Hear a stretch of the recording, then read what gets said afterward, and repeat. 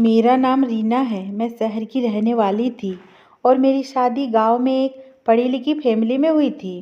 मेरे पति ने मुझे नया नया स्मार्टफोन ला कर दिया, इसलिए मुझे मोबाइल ज़्यादा इस्तेमाल करना नहीं आता था। एक दिन मेरे पास एक नंबर पर कॉल आई। मैंने रिसीव की तो कॉल पर कोई लड़की बात कर रही थी। वह लड़की कौन थी मैं उसे नहीं जानती थी, लेकिन धीरे धीरे मेरी उससे फ़ोन पर बातचीत होना शुरू हो गई।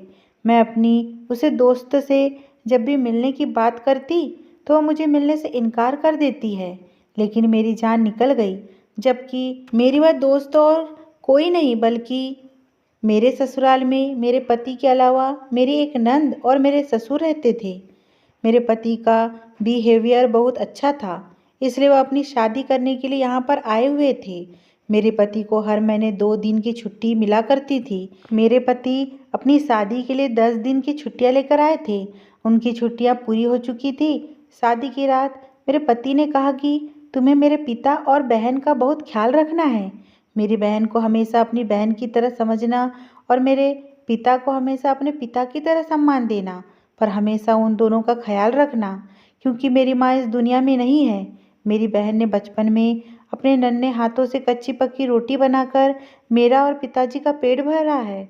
उसने हम दोनों का बहुत ख्याल रखा है, इसलिए अब तुम्हें उसको आराम देना है। मैं अपने पति का मतलब अच्छी तरह से समझ रही थी। वह चाहते थे कि मैं इस घर का काम संभालूं और उनकी बहन को आराम दूं। मेरी नंद जवान थी। वह बहुत ज़्यादा खूबसूरत तो नहीं थी, बस नॉर्मल सी शक्ल की थी, लेकिन घर गृहस्थी बहुत अच्छी तरह से जानती थी। मेरे ससुराल का घर अच्छा बना हुआ था और काफ़ी बड़ा घर था। मुझे बहुत पसंद आया था, क्योंकि मेरे मायके का घर काफ़ी छोटा था। गांव के लोगों के घर तो बड़े बड़े ही होते हैं। मैं अपने पति को भरोसा दिलाया कि मैं उनकी बहन और उनके पिता का बहुत ख्याल रखूंगी और उन्हें कभी शिकायत का मौका नहीं दूंगी। मेरे पति की छुट्टियां पूरी होने वाली थी।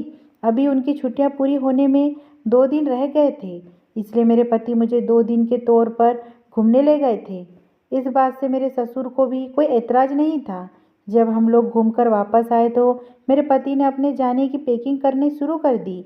मैं अपने पति के जाने पर काफ़ी अफसोस में थी। अभी मेरी शादी को हुए कितने दिन थे और अभी से ही मेरे पति मुझे अकेला छोड़कर जा रहे थे। मेरे पति ने मुझे भरोसा दिलाया कि तुम यहाँ पर अकेली नहीं हो। मेरी बहन की आदत बहुत अच्छी है। वह कभी तुम्हें बोर नहीं होने देंगी। वह हमेशा तुम्हारा ख्याल रखेंगी। ससुराल में कितने ही लोग क्यों ना हो, लेकिन पत्नी हमेशा अपने पति का इंतजार करती है। मेरे पति अगले दिन सुबह ही दूसरे शहर अपनी नौकरी के लिए जा चुके थे। अब घर में हम 3 लोग रह गए थे। इस घर में सब कुछ ठीक था, लेकिन एक बहुत अजीब बात थी। मैं जब भी अपने ससुर के पैर छूने उनका आशीर्वाद लेने जाती तो मुझे उनकी हरकतें बहुत अजीब लगती थी। वह मुझे देखकर बहुत ज़्यादा खुश हो जाते थे, और खुश तो खैर सभी लोग थे। गांव की काफ़ी सारी औरतें भी मुझसे मिलने के लिए आई थी, क्योंकि सभी लोगों का यही कहना था कि मैं इस पूरे मोहल्ले की सबसे ज़्यादा खूबसूरत बहू हूँ। किसी के घर में भी इतनी प्यारी बहू तो क्या कोई बेटी भी नहीं है, क्योंकि गांव की ज़्यादातर लोग गरीब थे और गांव के लोग तो ऐसे भी छोटी छोटी बातों पर बहुत ज़्यादा खुश हो जाते हैं। इसलिए सारी औरतें मुझे देख देख कर बहुत खुश होती थी और मेरे पति की किस्मत पर नाज करती थी। मेरे पास अभी तक मोबाइल नहीं था। मुझे अपने पति की बहुत याद सता रही थी, लेकिन मेरे ससुर के पास स्मार्टफोन था। मेरे पति अपने पिता के नंबर पर कॉल कर लेते और मुझसे बात कर लिया करते थे। मैं काफ़ी पढ़ी लिखी थी और यहाँ घर के सारे काम करने के बाद भी फ्री रहती थी और सारा दिन घर में बोर होती रहती थी। मेरी नंद तो मुझे बस थोड़ी बहुत देर बातचीत करती, उसके बाद अपने कमरे में घुस जाती थी। यह लोग काफ़ी सिंपल बिहेवियर के लोग थे। मेरे ससुर मेरे घर में आने के बाद बहुत खुश थे, लेकिन उनको इतना ज़्यादा खुश होता हुआ देखकर मुझे कुछ गड़बड़ का एहसास होता था। वह कभी बाजार से मेरे लिए पकोड़े लेकर आते तो कभी समोसे लेकर आते थे और थैली मेरे हाथ में लाकर दे दिया करते थे। मैं खाने के लिए अपनी नंद को आवाज़ लगाती तो वह मना करते रहते कि बहू, मैं तुम्हारे लिए लेकर आया हूँ, बेटी को आवाज़ मत लगाओ। मुझे उनके बाद बड़ी अजीब लगती थी कि भला वो अपनी बेटी से ज़्यादा बहू को अहमियत क्यों दे रहे थे। इतनी बात मेरी उनसे पूछने की हिम्मत नहीं होती थी, क्योंकि मैं अभी नई नई थी। मैं नहीं चाहती थी कि मेरे ससुर किसी बात का बुरा मान जाए। मैं उसे अपने कमरे में ले जाकर खा लिया करती थी और जो बचता वह अपनी नंद को खामोशी से दे दिया करती थी। मेरी नंद पलटकर मुझे कोई सवाल नहीं करती थी कि आखिर आपको यह समोसे या पकोड़े किसने ला कर दिए हैं। वह तो बहुत ही सिंपल टाइप की लड़की थी। अपने कमरे से सिर्फ किसी काम के लिए बाहर निकलती थी, बाकी फिर वापस अपने कमरे में घुस जाती थी। सुना था कि वह काफ़ी पढ़ी लिखी है, इसलिए कंप्यूटर पर कुछ न कुछ करती रहती थी। पहले तो उसने घर की सारी जिम्मेदारी उठाई हुई थी, लेकिन जब से मेरी शादी हुई थी वह घर की किसी भी काम को हाथ नहीं लगाती थी। मुझे क्या था, मैं तो बस अपने ससुर के अच्छे बिहेवियर से खुश थी। मैं सोचती थी कि मैं हमेशा अपनी नंद और ससुर का बहुत ख्याल रखूंगी, जैसे कि मेरे पति ने मुझसे कहा था, और मैं अपनी जिम्मेदारी को अच्छी तरह से निभा रही थी। मैं अपने ससुर से सुबह उठते ही पूछती कि आपको नाश्ते में क्या खाना है, तो मेरी इस बात से बहुत खुश होते थे। जबकि सुबह को मेरी नंद भी अपने पिता से पूछती क्या आपके लिए नाश्ता बना दूँ, तो मेरे ससुर अपनी बेटी से नाश्ता बनाने के लिए मना कर दिया करते थे।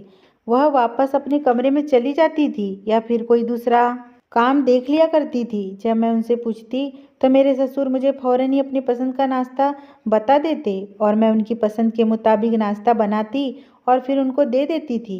मेरे ससुर दिन में मुझे काफ़ी सारी डिशेज की डिमांड करते थे। मैं उनका कहना हर बार मान लिया करती थी, इसलिए वह मुझसे ही कहते थे। मेरे पति को गए हुए 1 महीना पूरा होने वाला था, अब उनके आने का टाइम हो गया था। अब की बार जब मेरे पति घर आए तो मेरे लिए एक सरप्राइज़ लेकर आए थे।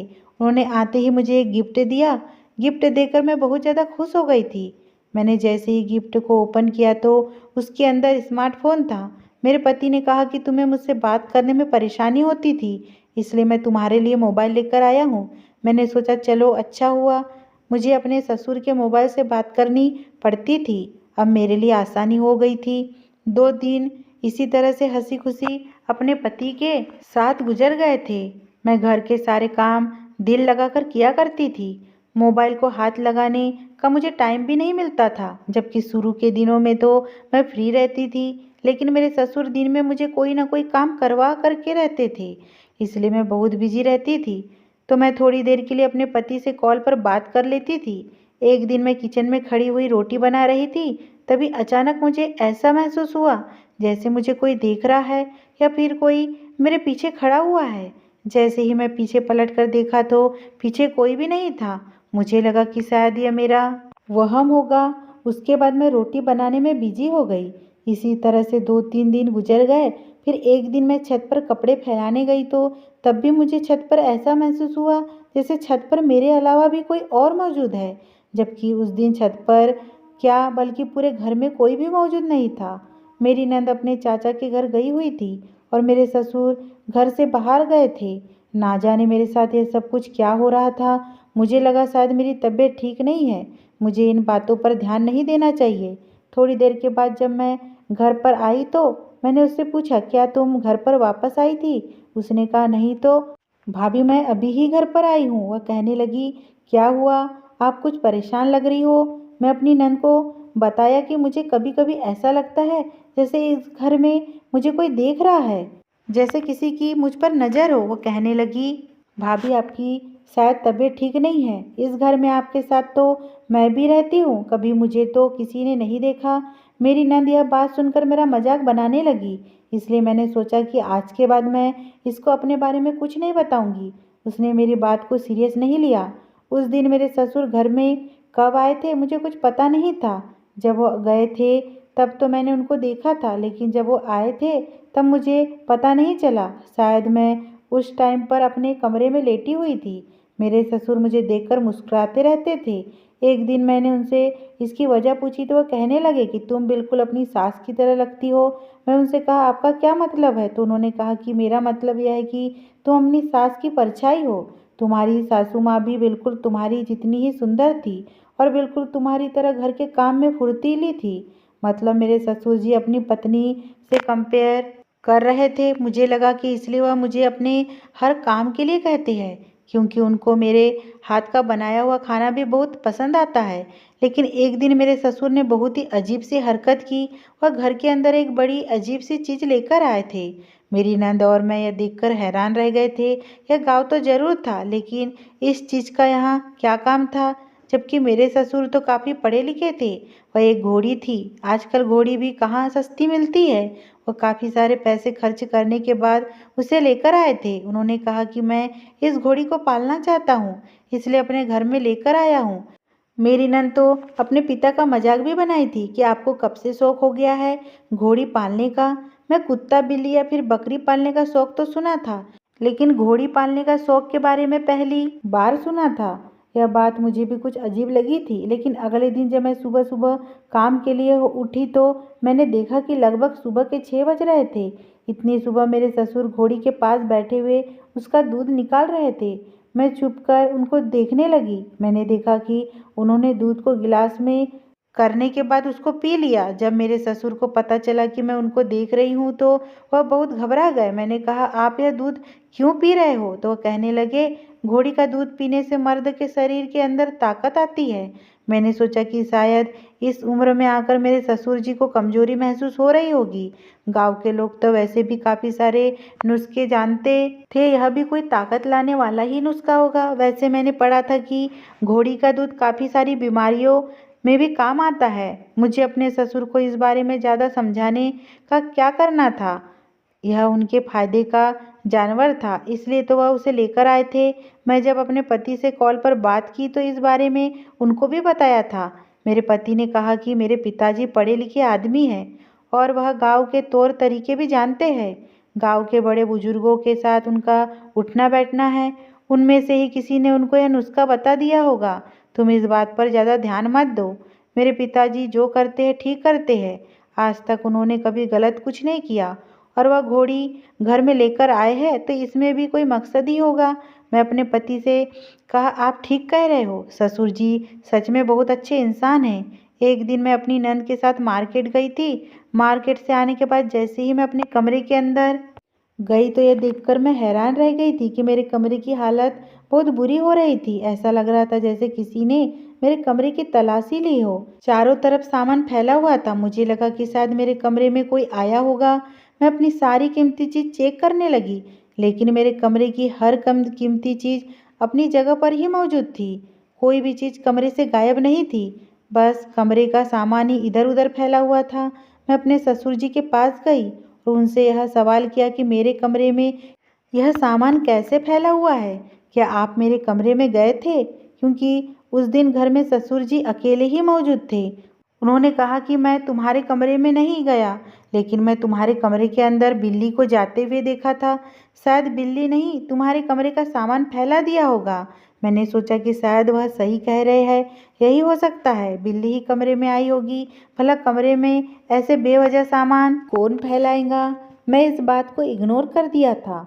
मेरे पति की छुट्टी के दिन आ गए थे और वह 2-3 दिन के लिए घर आ गए थे। अगले दिन जब मैं सुबह का नाश्ता बनाया तो सब लोग नाश्ते के टेबल पर आकर बैठ गए थे। मेरे पति ने अपनी बहन से कहा, तुम्हारी भाभी मेरे पीछे तुम्हारा ख्याल भी रखती है या नहीं?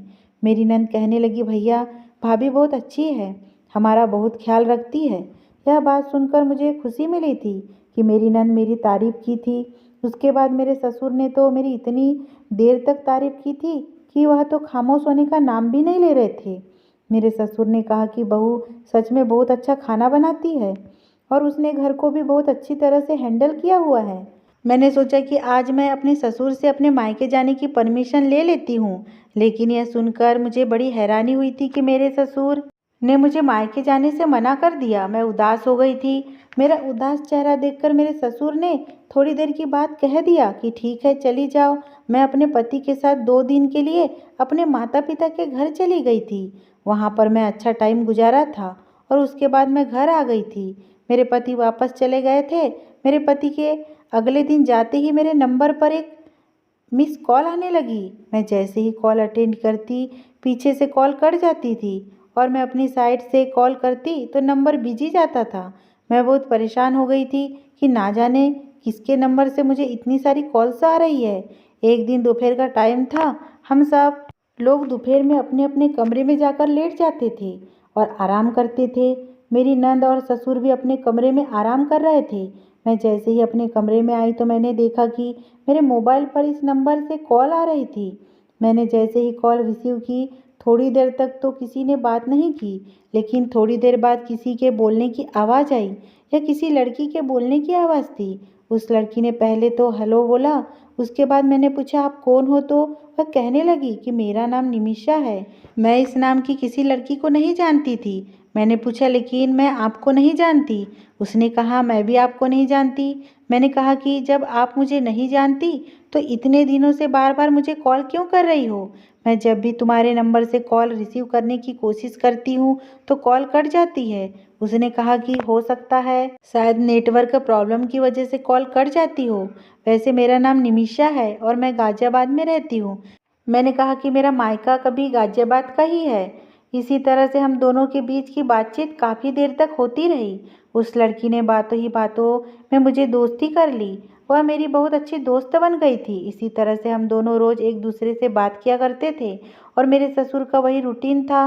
वह सुबह सवेरे उठ जाते और सबसे पहले घोड़ी का ताज़ा दूध निकाल कर पिया करते थे। मेरे ससुर काफ़ी पढ़े लिखे थे।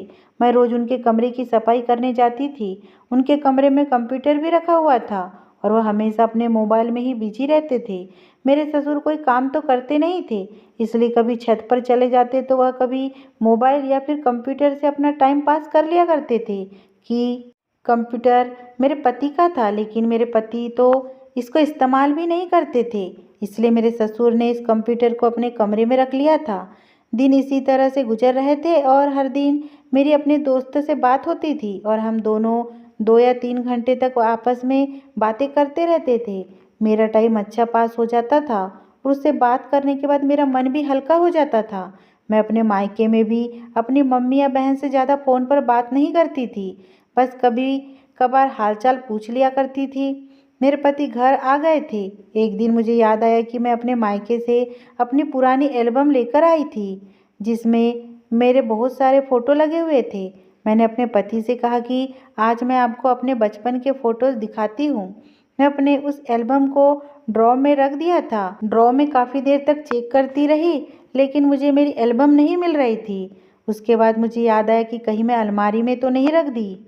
फिर मैं पूरी अलमारी भी छान मारी थी, यहाँ तक कि पूरे कमरे की तलाशी ले ली थी, लेकिन मुझे मेरे एल्बम कहीं नहीं मिल रहा था। अभी पिछले महीने ही तो मैं अपने मायके गई थी और तभी अपनी पुरानी एल्बम साथ लेकर आई थी। मेरे पति कहने लगे तुम क्या ढूंढ रही हो? मैं जब उनको यह बात बताई तो वो कहने लगे कि हो सकता है कि तुम यहाँ पर एल्बम लाई ही नहीं हो। मैंने कहा कि ऐसा नहीं हो सकता, मुझे अच्छी तरह से याद है मैं एल्बम अपने घर से लेकर आई थी ताकि आपको अपने फ़ोटोज़ दिखा सकूं, लेकिन मेरी एल्बम पता नहीं कहाँ गई। मेरे पति ने कहा कि हो सकता है तुमने रास्ते में कई एल्बम गिरा दी हो या फिर धोखे से तुमसे गिर गई हो। उन्होंने मेरी परेशान शक्ल देखते हुए कहा इतना परेशान मत हो, ज़्यादा कीमती चीज़ नहीं है, एक एल्बम ही तो है, उसमें कौन सी बड़ी बात है। तुम हमारी शादी की एल्बम देख लो। लेकिन मैं सच में सोच में पड़ गई थी। मुझे अच्छे से याद था कि मैं एल्बम लेकर आई थी और याद से मैंने उसको ड्रॉ में रख दिया था। पर अब जब एल्बम पूरे कमरे में नहीं थी तो मैं इस बात पर ध्यान देना छोड़ दिया। कुछ दिनों के बाद जब मैं अपने ससुर के कमरे की सफाई में लगी तो वहाँ मैंने कोई ऐसी चीज़ देखकर हैरान रह गई थी कि यह कोई चीज़ नहीं बल्कि एल्बम था। यह वही फ़ोटो एल्बम था जो काफ़ी दिनों से मैं ढूंढ रही थी। मैं इन सारी फ़ोटोज़ में बहुत ज़्यादा खूबसूरत लग रही थी। मैंने अपनी एल्बम वापस वहीं पर रख दी और सोचने लगी कि ससुर जी ने आखिर मेरी एल्बम अपने पास क्यों रखी हुई है। अपने कमरे में चली गई थी। इन्हीं दिनों गांव के एक पढ़े लिखे लड़के का रिश्ता मेरे नंद के लिए आया था और मेरा ध्यान उसके रिश्ते में लग गया था। मैं बहुत बिजी हो गई थी और मुझे बिल्कुल भी टाइम नहीं मिल रहा था कि मेरी निमिषा से भी कोई बातचीत नहीं हो रही थी, क्योंकि हम लोग शॉपिंग में लगे हुए थे। मेरे पति घर आ गए थे, उनकी बहन की सगाई होने वाली थी।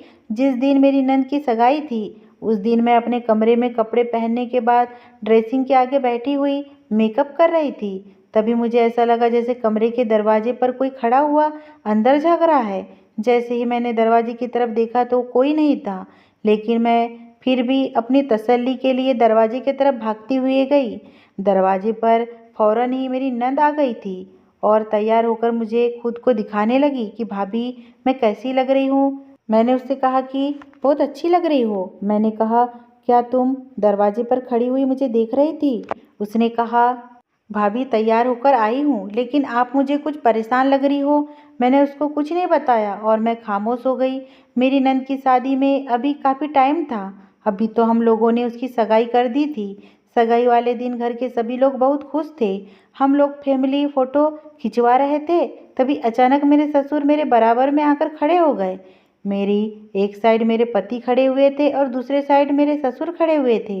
मुझे ऐसा लगा जैसे किसी ने मेरी कमर पर हाथ लगाया हो, जबकि मेरे पति का हाथ तो मेरे कंधे पर था। मैंने जैसे ही अपने ससुर की तरफ देखा तो आगे बढ़ गए और मेरे पति ने मेरा ध्यान कैमरे की तरफ रखने को कहा। उस दिन काफ़ी सारे ऐसे हादसे मेरे साथ हुए थे जिसकी वजह से मुझे अपने ससुर पर शक होने लगा था, लेकिन वह मेरे पिता समान थे। उन पर शक करना मेरे लिए बहुत बड़ा पाप था, क्योंकि मुझे सिर्फ उन पर अभी शक ही था। मैंने उनको अपनी आंखों से ऐसा कुछ भी गलत करते हुए नहीं देखा था जिसकी वजह से शक सही साबित हो सके। मेरी नंद की सगाई तो अच्छी तरह से हो गई थी। मेरे पति जा चुके थे।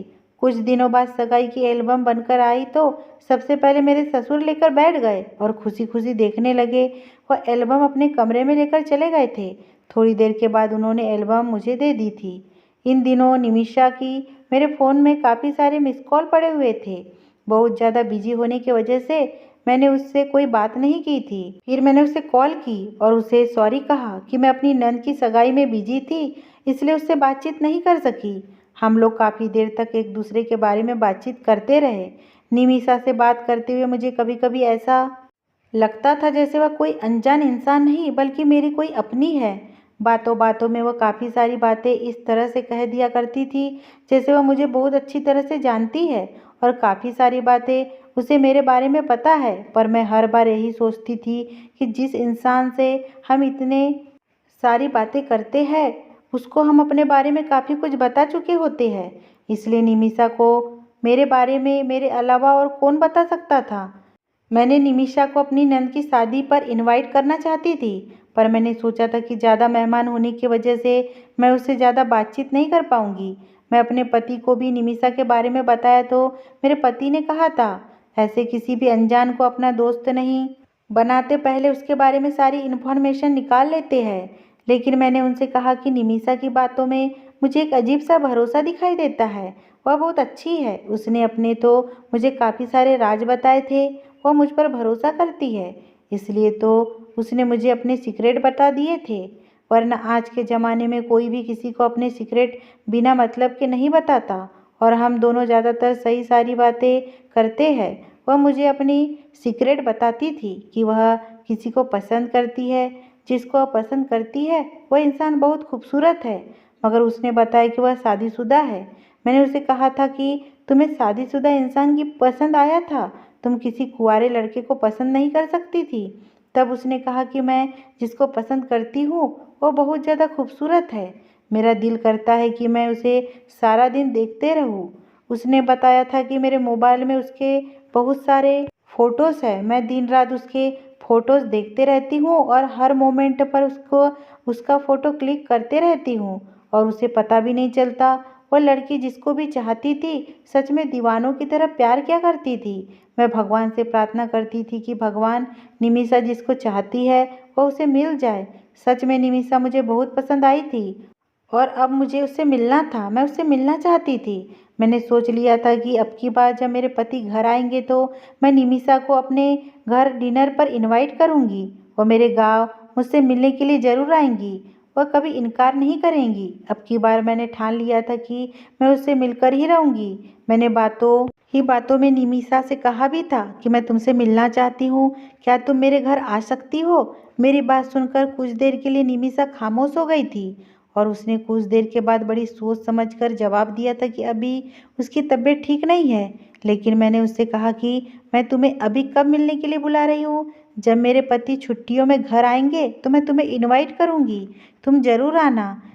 अभी तो मेरे पति के घर आने में काफ़ी दिन है, तब तक तुम्हारी तबीयत भी ठीक हो जाएगी। वह इस बात पर एग्री हो गई थी। इधर मेरे ससुर की घोड़ी जिसको वह पाल रहे थे वह सारा दिन बेचारी धूप में खड़ी रहती थी, और मेरे ससुर पूरा दिन मोबाइल में लगे रहते थे। मैं अपने ससुर के हाथ में बार बार मोबाइल देखते रहती थी। पहले तो वह कभी मोबाइल इतना ज़्यादा इस्तेमाल नहीं करते थे, लेकिन मैंने नोटिस किया था कि काफ़ी दिनों से मोबाइल पर ज़्यादा ध्यान दे रहे थे। लेकिन वह हर रोज़ घोड़ी का दूध जरूर पीते थे। इस घोड़ी को हमारे घर पर आए हुए लगभग 2 महीने हो गए थे। मेरी ननंद अपने पिता से कहा कि पापा जी, आप इसको बेच दो। काफ़ी दिन हो गए हैं इस घोड़ी को यहाँ पर रखे हुए। यह बहुत गंदगी फैलाती है। और मेरे ससुर कहने लगे, यह यहाँ से कहीं नहीं जाएंगी। मैं इसका ध्यान रखता हूँ, किसी से इसका कोई काम तो नहीं करवाता। उनको शायद अपनी बेटी का ऐसा कहना बुरा लगा था। मैंने अपनी नंद को खामोश कर दिया था, क्योंकि मैं जानती थी कि मेरे ससुर अपने शरीर में ताकत बढ़ाने के लिए इस घोड़ी का दूध पिया करते थे। इस बार मेरी नंद को पता नहीं था, इसलिए वह अपने पिता से घोड़ी को बेचने की जिद कर रही थी। एक दिन अचानक ही मेरे पति बिना बताए घर आ गए। हम लोग उनको देखकर हैरान रह गए थे। मुझे लगा कि शायद उनकी तबीयत ठीक नहीं है, लेकिन उन्होंने बताया कि मेरी तबीयत बिल्कुल ठीक है, बल्कि वह जिस शहर में काम करते हैं वहाँ का माहौल कुछ ठीक नहीं चल रहा। कंपनी में दूर के रहने वाले जितने भी वर्कर्स काम करते हैं उन सभी को उनके घर भेज दिया गया है। और मेरे पति ने बताया कि जब शहर का माहौल ठीक हो जाएगा तो उनको काम पर वापस बुला लिया जाएगा। इसका मतलब यह था कि लगभग मेरे पति कुछ दिन तो अब घर में ही ठहरने वाले थे। मैं बहुत खुश हो गई थी, क्योंकि अभी मेरे पति मेरे साथ 2 या 3 दिन से ज़्यादा घर में रुके ही नहीं थे।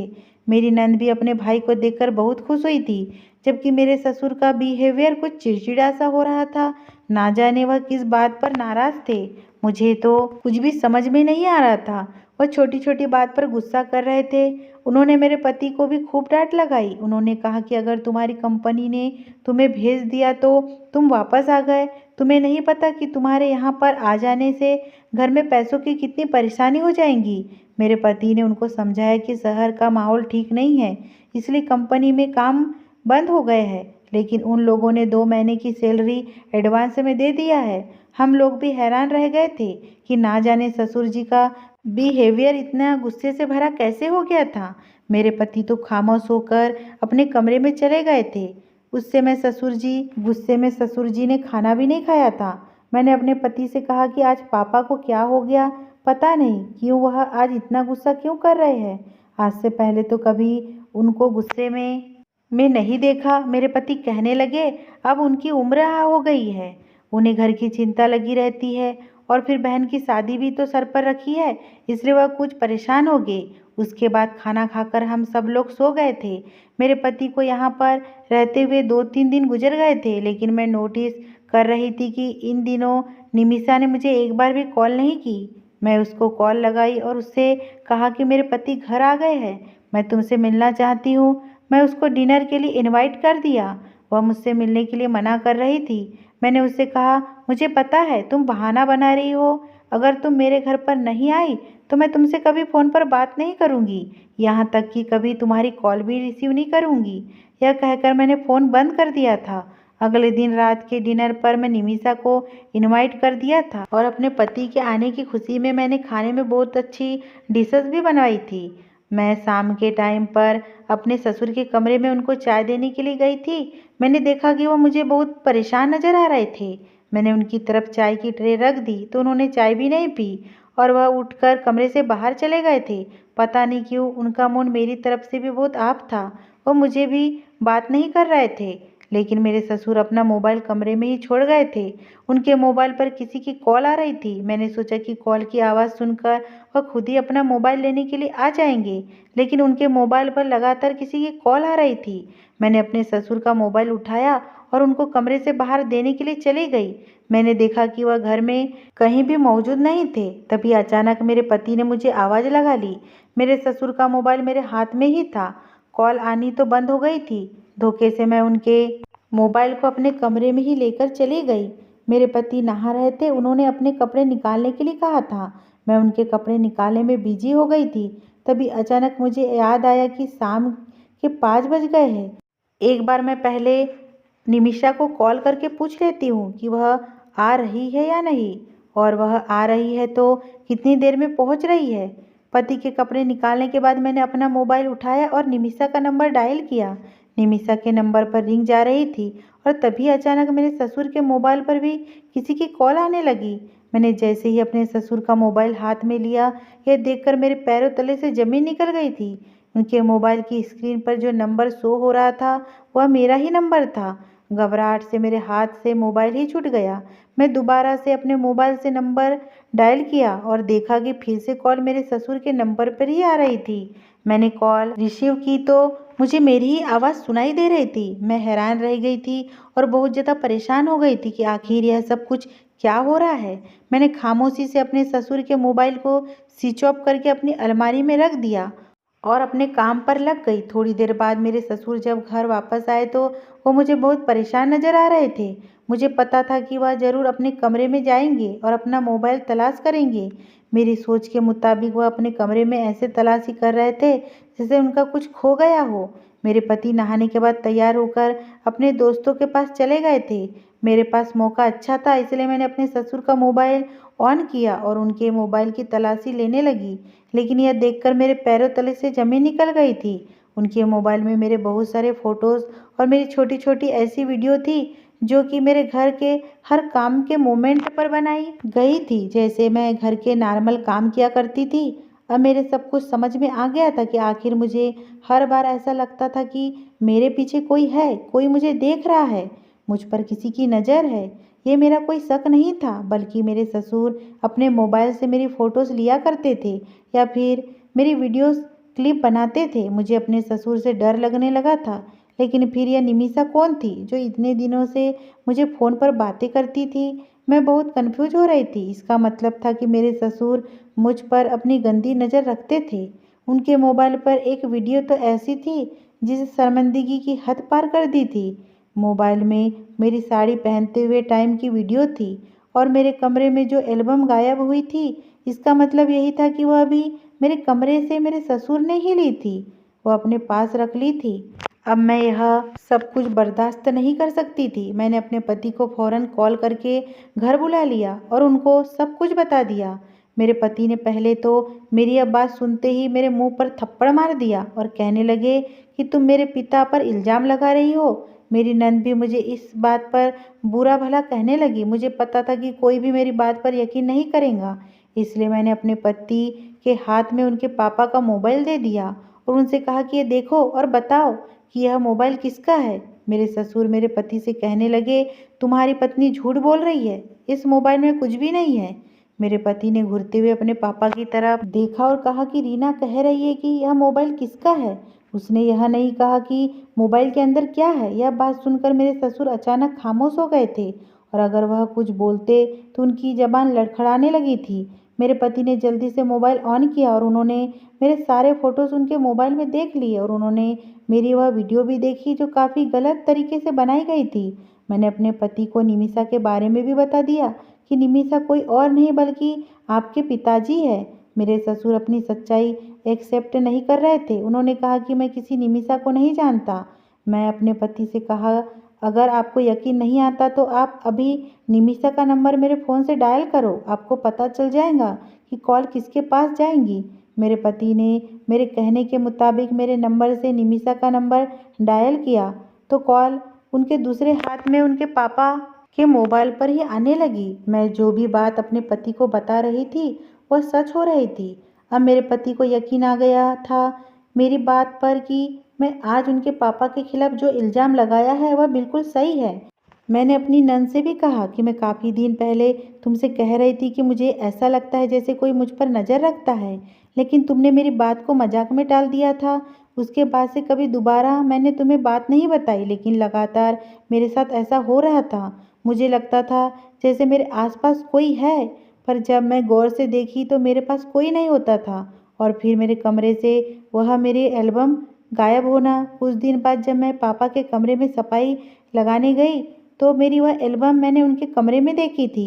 घर में एकदम खामोशी का माहौल छा गया था। मेरे पति की आंखों में बहुत गुस्सा था और वह अपने पिता के सामने जाकर खड़े हो गए। उन्होंने अपने पिता का हाथ उठाकर अपने सर पर रख लिया और कहा कि आपको मेरी कसम, रीना जो कुछ कह रही है क्या वह सच है या फिर झूठ। मेरे ससुर के चेहरे से पसीना आने लगा था क्योंकि वह बुरी तरह से फंस चुके थे। थोड़ी देर के बाद मेरे ससुर ने हाथ नीचे कर दिया और मेरे पति के आगे हाथ जोड़ने लगे। कहने लगे, मुझे माफ़ कर दो बेटा, बहू ठीक कह रही है, यह मोबाइल मेरा है और निमिषा भी मैं ही हूँ। लड़की बनकर तुम्हारी पत्नी से बात किया करता था। जिस दिन से तुम्हारी पत्नी इस घर में आई थी, मेरे दिल को भा गई थी। मैं इसे पसंद करने लगा था और हमेशा उसके करीब जाने की कोशिश करता रहता था।